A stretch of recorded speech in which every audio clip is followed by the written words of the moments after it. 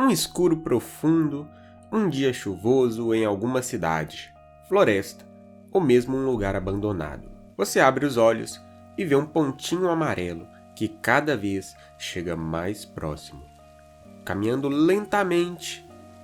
E por mais que, no momento, ainda esteja distante, ele toma todo o destaque no meio daquele breu, como se fosse um claro sinal de que algo ali não está certo.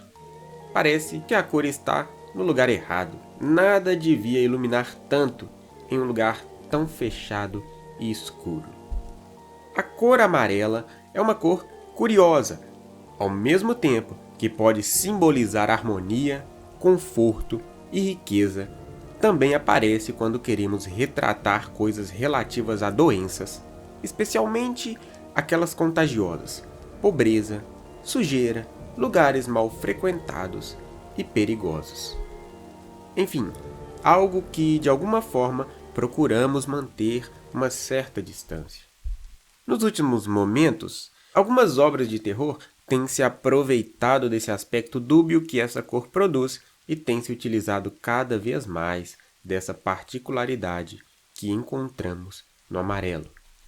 Digamos que não só o amarelo, como todas as cores como um todo, tem esse aspecto de moldar nossa percepção sobre uma mesma cena. É algo que pode não funcionar muito de maneira lógica e por isso eu não tenho uma explicação tão elaborada por trás, mas ainda assim é algo que está presente em qualquer que seja a obra sofisticada. Tem duas formas de usar esse efeito da cor de maneira a instigar o cérebro a algum tipo de preconceito a respeito sobre alguma obra. A primeira seria como um filtro, que engloba de maneira suave todos os elementos da cena. Dessa forma, se tem muitos trabalhos que utilizam não só o amarelo, mas também diversas outras cores para gerar alguns sentimentos nos espectadores. A segunda forma, e é aquela que está sendo bastante utilizada, é a utilização da cor em uma saturação maior em comparação com as outras da tela, onde justamente a intenção é você dar destaque para aquela figurinha de amarelo, que geralmente é pequena, é inocente. E é aí que entram obras como Coraline, Little Nightmares, It, Resident Evil e outras. E por que seria utilizada a cor amarela?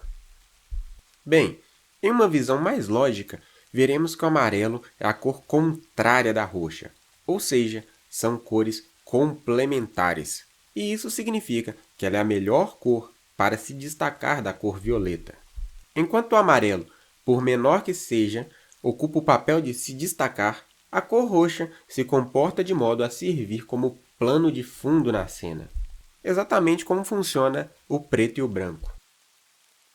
Outra curiosidade interessante é que, juntamente com o roxo, o vermelho e o verde formam o que chamamos de harmonia dupla complementar, que é, digamos, na ilustração, a melhor harmonia para se trabalhar, porque ela usa justamente ali de duas cores complementares, e são duas cores também, que elas se diferenciam ao mesmo tempo que se completam uma à outra.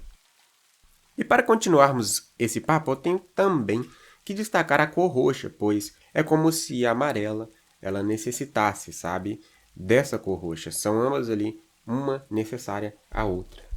E, historicamente, o custo do pigmento roxo era muito alto, e por esse motivo era utilizado somente por membros da realeza. E talvez isso explique por que esta cor geralmente está associada ao luxo. Luxo, nobreza, esse tipo de coisa. O roxo frequentemente reforça a ideia de sonho, ilusão e fantasia. Está associada com a energia sobrenatural do universo, do cosmos, da espiritualidade como um todo. Como o roxo é uma mistura de vermelho e azul, ele também pode transmitir sentimentos opostos como coragem e, principalmente em nosso caso, o medo. Sabe, o próprio canal aqui tem a cor roxa como principal devido a essas pesquisas. A partir do momento que meu canal se focou um pouquinho mais nessas obras mais obscuras, eu fui aos poucos tentando criar uma identidade própria para ele, com estudos em ilustração e cores também. E se o roxo simboliza o vilão, o medo, o espírito e coisas que são inalcançáveis pelo ser humano, o amarelo simboliza o completo oposto, a inocência, a luz no fim do túnel, a incapacidade do ser humano de resolver algumas questões e, principalmente, a advertência e o sinal de que algo ruim está a acontecer. Mas o principal aqui é que não seria algo imediato.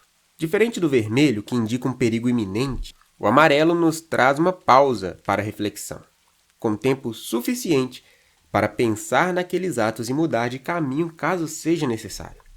Em Coraline passeia pelo pequeno parque com seu casaco de chuva e, não coincidentemente, esse passeio dura um tempo bem significativo. Tempo bastante para ela mudar de rota.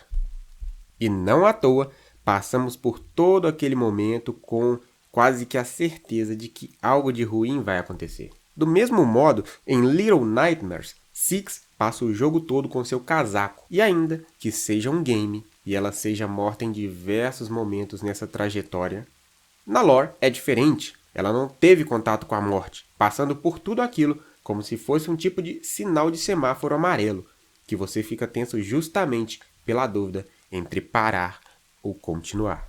No início de It, nosso George teve tempo suficiente para mudar de caminho. Compartilhamos aquelas experiências com ele, porém, por termos informações a mais, como, por exemplo, aquilo é um filme de terror, e também por, na maioria das vezes, não sermos crianças, o George ele não tem aquele sinal de alerta para perceber a burrada que está cometendo. E é isso que o amarelo gera, aquela pausa de tensão entre o vermelho, que significaria o medo, e o horror imediato, e o verde, que é a esperança.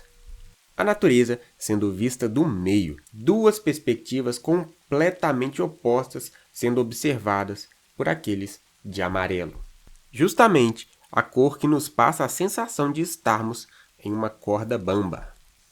Outro ponto de vista que também é legal de perceber é o ponto da iluminação. O amarelo é a cor do sol e também é aquela que, depois do branco, é a que mais simboliza a iluminação de verdade. Nos ambientes, mesmo a lâmpada costuma ser uma entre essas duas cores, pois elas são as que mais iluminam um lugar escuro na prática. Elas estão presentes em nossas lanternas, lamparinas, lâmpadas, lugares como asilos, laboratórios abandonados também. E prestam papel não só de gerar aquela tensão, como também iluminar o que quer que seja que está ali para nos fazer o mal. Ela está ali justamente para guiar de modo intuitivo seus olhos em direção a ele. E assim fazer com que você seja preparado de modo bem lento para os próximos acontecimentos, que provavelmente não incluem brincar de barquinhos na chuva. E vocês sabem, né? Quanto mais esperamos e estamos atentos ao momento, maior é o seu grau de impacto. Não é à toa que justamente essas cenas desses filmes,